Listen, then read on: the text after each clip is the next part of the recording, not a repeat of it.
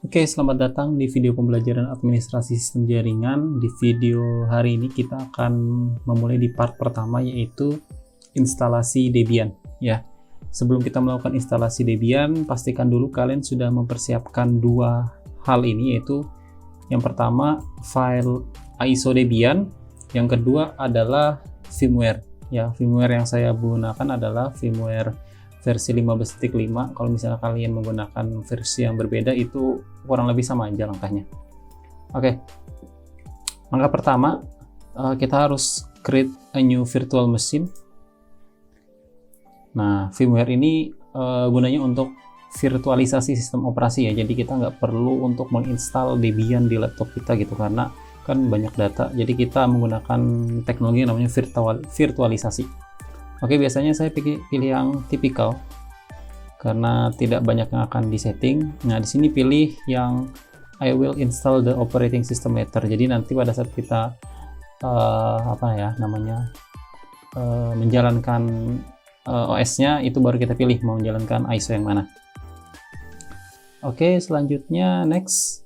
Nah, di sini kita pilih Linux ya, Linux, terus versinya. Nah, karena kita menggunakan versi ISO Debian yang 10.4, artinya kita pilih yang Debian 10.x 64 bit.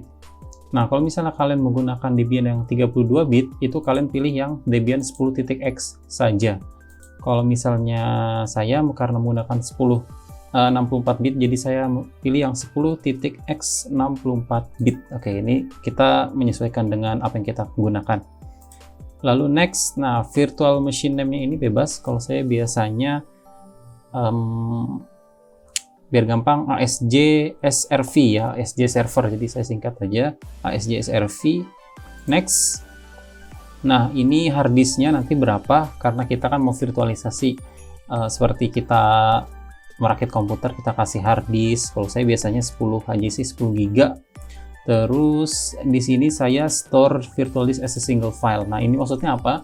Nanti pada saat virtual OS kalian jadi, itu file VMDK-nya mau kalian store atau simpan menjadi satu single file, atau kalian pisah-pisah menjadi beberapa file gitu. Saya biasanya saya satukan aja supaya gampang. Oke, selanjutnya next. Udah jadi ya, konfigurasinya. Finish aja. Nanti setelah itu akan jadi seperti ini ya, ASJ SRV. Nah, ini tergantung, sekarang saya akan melakukan konfigurasi yang sebenarnya tergantung dari laptop yang kalian gunakan. Di sini kalian klik kanan di ASJ SRV-nya, lalu pilih setting paling bawah. Oke, setelah setting, lalu, nah ini dia.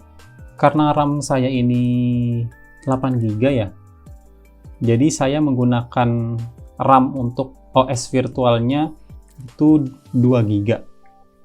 Nah, kalau misalnya RAM kalian 4 GB, mungkin saya sarankan cukup 1 GB aja. Kalau RAM kalian 2 GB, rada susah sih sebenarnya. Coba 512 MB aja ya. Oke. Jadi ini tergantung laptop kalian masing-masing. Oke, selanjutnya prosesor juga ini tergantung laptop kalian masing-masing. Biar sama, kita pilih 2 sama 4 ya, 2 sama 4. Oke, lalu sudah sih, biasanya ini aja. Oke, lalu oke. Oh ya, satu lagi lupa, yaitu sama ya, klik kanan di sini, terus pilih power. Pilih setting. Nah, lalu pilih CD atau DVD. Nah, disinilah baru kita pilih ISO mana yang akan kita gunakan. Tinggal diarahkan aja. Jadi saya simpan di D, terus software, terus OS, terus OS Debian. Nah, kita mulai dari yang pertama ya. Di 10.4 ini ada terbagi menjadi 3 DVD ya, ada 3 part. Jadi yang pertama kali kita masukkan ke firmware itu ada yang pertama. Oke, kita klik terus open. Selanjutnya oke. Nah, ini sudah. Sekarang tinggal power on aja deh. Oke. Ini saya full screen ya supaya enak. Nah, di sini kita tidak bisa menggunakan mouse, tapi kita menggunakan keyboard ya. Graphical install itu kita mau installnya versi graphical yang ada gambar-gambar segala macam yang kita bisa pakai mouse. Kalau install ini versi CLI-nya atau versi command line-nya ya. Saya biasanya supaya cepat, saya biasanya pakai install yang versi command line ya. Kita sama-sama menggunakan command line atau yang versi berbasis teks. Enter. Oke, ntar nih saya gadekan dulu. Saya gadekan bentar ini ya. Kan. Ntar saya gadekannya mana ya? Oke, sip. Lalu bahasa pilih bahasa Inggris, terus select your location. Ini saya biasanya pakai United States aja dulu sementara. Terus keyboard saya pilih American English. Oke. Selanjutnya dia akan loading. Oke, kita tunggu, ini lumayan lama. Jadi tadi konfigurasi yang kayak prosesor, RAM, sama harddisk itu sebenarnya tergantung laptop kalian ya. Jadi sesuaikan. Kalau misalnya laptop kalian cuma ada 500 GB misalkan, terus kalian paksa, terus kalian taruh tadi di situ 1 tera, ya nggak cukup. Nah, oke, sudah selesai. Oh belum. Oke. Apa lagi ya? Di Debian ini akan banyak yang akan kita konfigurasi seperti DHCP, DNS, web, dan macam-macam lah. Oke, sekarang hostname. Hostname ini pakai nama kalian ya. Kalau saya biasanya Valerian. Terus continue, enter. Domain name valerian.net. Itu kalian bebas dengan nama kalian masing-masing. Continue. Lalu root password. Nah, oke, supaya nggak lupa, saya 123456778. Continue. Re-enter password. Oke, 123456778. Oke. Full name. Oke. Valerian aja. Continue.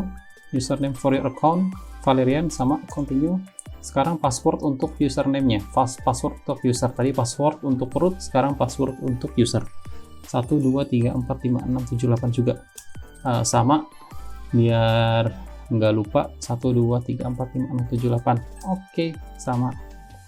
Select your time zone. Oke, di Eastern aja dulu sementara, nggak apa-apa. Nanti soalnya bisa diubah. Oke, sekarang nunggu lagi.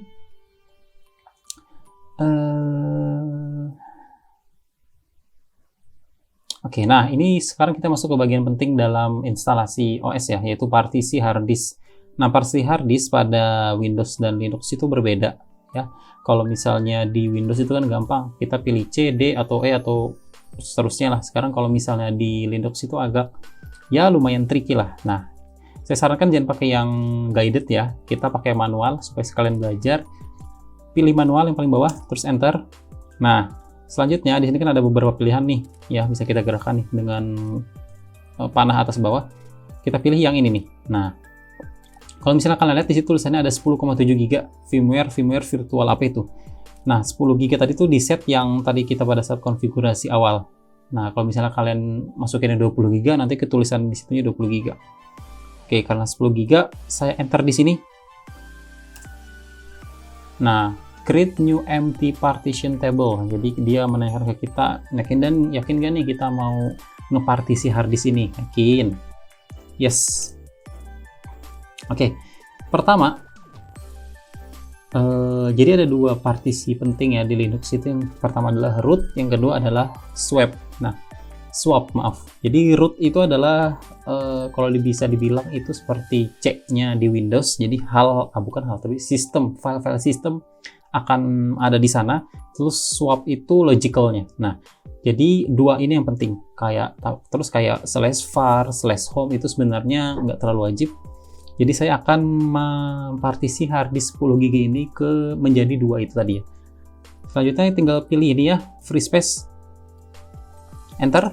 Oke, create a new partition. Oke. Nah, biasanya saya memulai dari swap. Nah, swap itu rumusnya adalah 2 kali RAM. Nah, karena tadi RAM saya adalah 2 GB, maka swap saya harus minimal 2 kalinya RAM saya, jadi 4 ya. Kalau misalnya tadi kalian ngeset memorinya 1, berarti 2 kalinya ya 2 swapnya berarti. Kalau misalnya kalian ngesetnya 4 RAM-nya, ya berarti swapnya adalah 2 kalinya, yaitu 8. Oke, ngerti ya sampai sini ya. Jadi rumus size-nya swap adalah 2 kali RAM. Minimal 2 kali RAM. 43, oke, continue. Nah, swap itu logical ya, jangan sampai ketukar. Swap itu logical, kita taruh di N partisi. Jadi kan misalnya partisi kayak gini nih, berarti kita taruh dia di N ya, atau di belakang. Oke, sudah. Nah, use as-nya pilih swap ya, pilih swap area. Oke, done setting up the partition. Selesai ya, nih selesai nih. Sekarang free space-nya tinggal 6,7 GB. Nah, 6,7 ini kita habiskan aja buat root primary. Nih, use as-nya ext4 ya, untuk file system Linux itu ext4. Nah, mount point-nya ini tadi kayak saya bilang, ada root, ada boot, home, tmp, user, dan lain-lain. Karena root itu adalah yang paling penting, jadi saya pilih root. Udah ya, root itu biasanya cuma garis miring. Terus done setting up the partition. Oke, selesai. 6,7 untuk root, sisanya untuk swap ya. Jadi ingat, swap itu adalah 2 kali RAM kalian. Oke, sekarang finish ya, karena udah selesai nih, kita finish. Oke. Nah, dia sekarang nanya lagi, kita yakin gak nih? Yakin. Write the change to this? Yes. Oke. Oke ya, jadi itu tadi cara atau trik untuk partisi harddisk di Linux.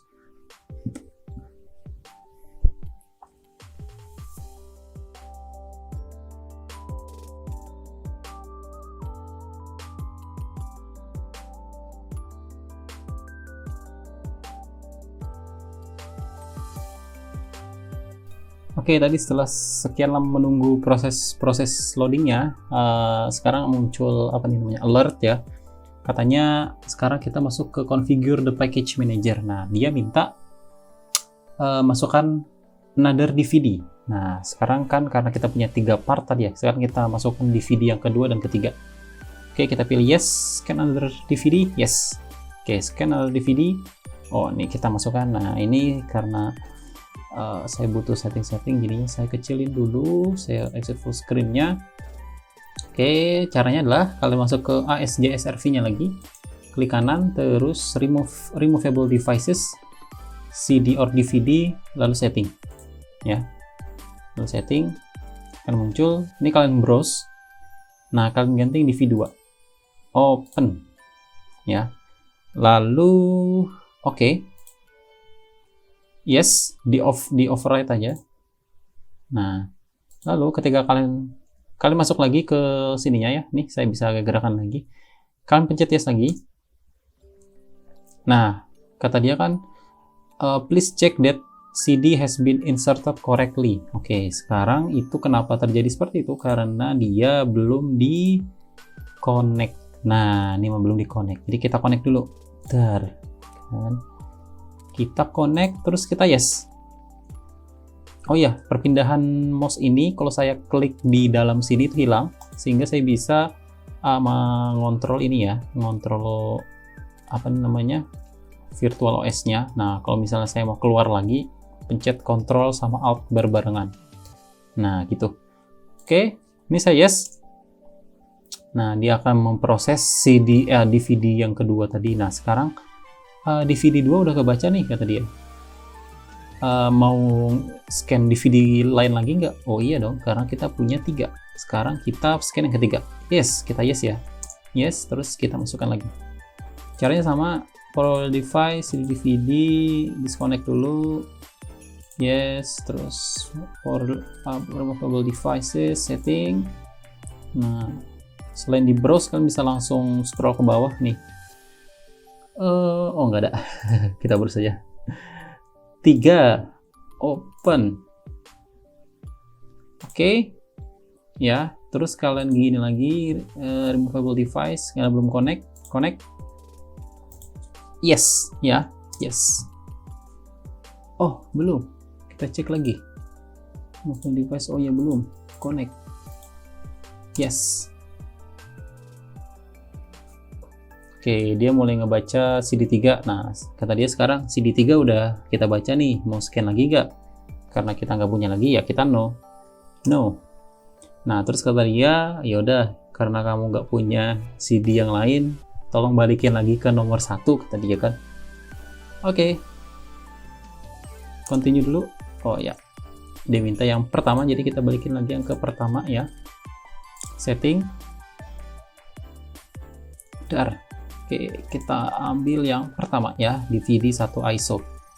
DVD strip 1 .ISO. Pastikan ini CD yang sama kayak kalian pakai sebelumnya ya. Jangan yang berbeda. Oke. Yes. Oke, kita cek removable device-nya sudah connect. Continue. Oh, belum. Cek lagi. Oh, belum ternyata. Connect. Continue. Nah, ini biasanya yang terjadi kalau misalnya kita menggunakan VirtualOS ya. Ini kita ignore saja, kita acuhkan, kita abaikan, ignore. Oke, sekarang dia akan mulai mengkonfigurasi apt-nya. Oke, nah sekarang masuk ke tahap install software. Nah, install software ini perlu diperhatikan juga, karena tadi kita mau OS Debian itu nanti jadinya CLI atau berbasis teks, maka nanti yang ada nanti pilihan-pilihan software yang perlu atau yang akan kita pilih itu nanti deh kita akan lihat ya. Oke, sekarang karena lama saya pause dulu sampai ke proses selanjutnya.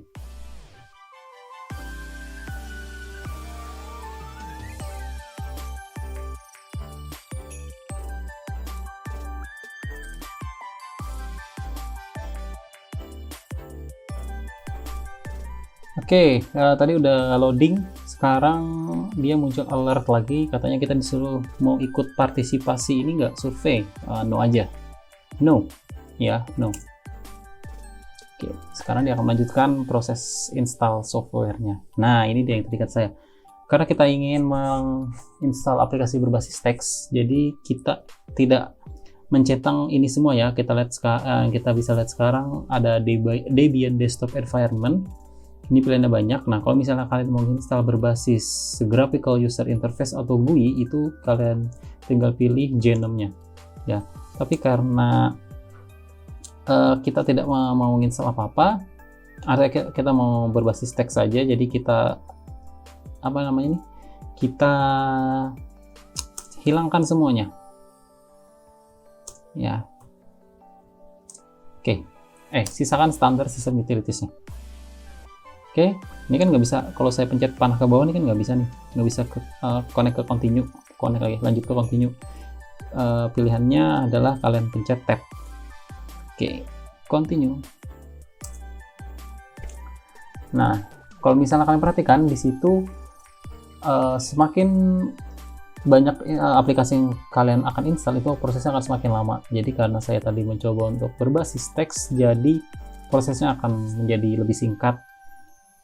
Oke, sekarang saya akan percepat saja ke yang sudah selesai, atau nanti tahap selanjutnya ngapain lagi nih. Oke, saya pause.